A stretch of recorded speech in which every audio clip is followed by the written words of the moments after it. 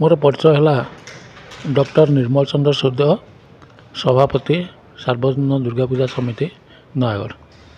कौन कहे आज कार्यक्रम प्रतिवर्ष भली आज दुर्गा पूजा पूर्व प्रस्तुति बैठक करा से माननीय विधायक डॉक्टर अरुण कुमार साहू जोग देइथिले एवं तांकर सुचिंतित मतामत प्रदान करथिले।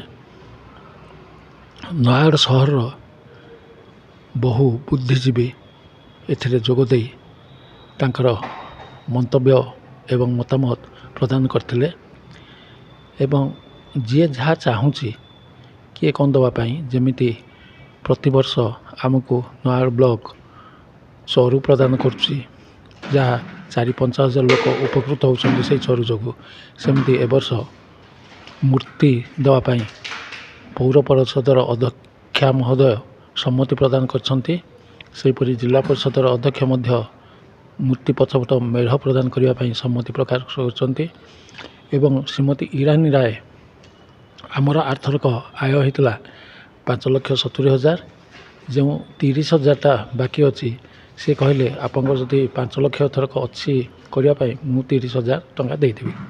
सेपरी बहुत लोक माँ को दौरान एवं आमर गोटे प्रधान कथा हूँ चुली चांदा जोटा जोगु ही आमर पूजा कार्य 1961 मसीह चालू आसी।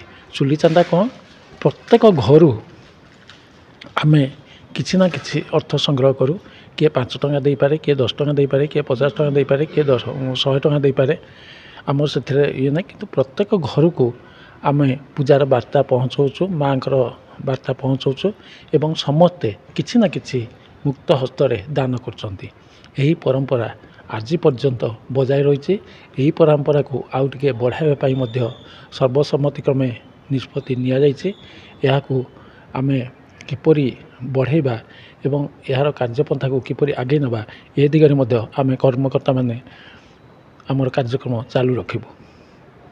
आमर दशहरा दिन संध्यारे गोटे चरु बंटन हुए जोटा ओडिशा रे प्रथम एमिति चरु ओडिशार कौन स्थान रे आमे देखि ना कि भक्त माने कौन स्थान ये चरु पाई नांती।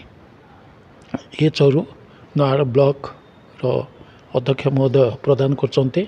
यार खर्च एवं आमे प्रस्तुत करछु पूजा कमिटी प्रस्तुत करछि एवं यही प्रस्तुत रे प्राय 25-30 हजार टंका खंडे खर्च होछि एवं याकू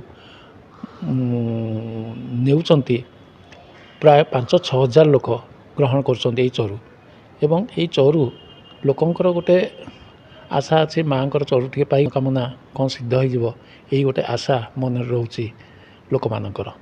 प्रशासन आज पर्यंत आईन श्रृंखला परिस्थिति बहुत भल भाव करछंती। ए वर्ष मध्य आमे आशा रखिछु ए वर्ष मध्य से माने ठीक भाव में ताकू तदारक करेंगे एवं आईन श्रृंखला ठीक रखिए।